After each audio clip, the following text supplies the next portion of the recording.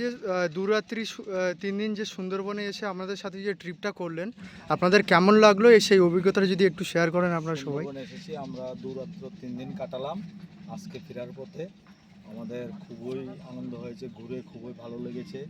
বিশেষ করে হোটেলে থেকেও ভালো লেগেছে। এখানের লোকগুলো খুব ভালো, লোকগুলি খুব ভালো এবং এই যে পরিবেশ বা প্রাকৃতিক দৃশ্য এগুলি খুবই ভালো, দেখার মতো জিনিস।